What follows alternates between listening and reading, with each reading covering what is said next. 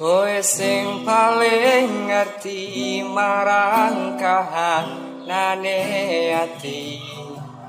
Aku mbok semangati ngusapi loku sing brebes milih. Pepujane ngati kinarya kembange wangi. Sabar-sabar ngomong aku muga selawase dadi siji. Matur suwun Gusti pun maringi sing kemati. Nemu slirane ngobati ati kang sepi.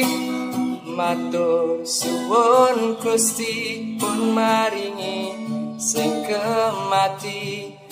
Pergi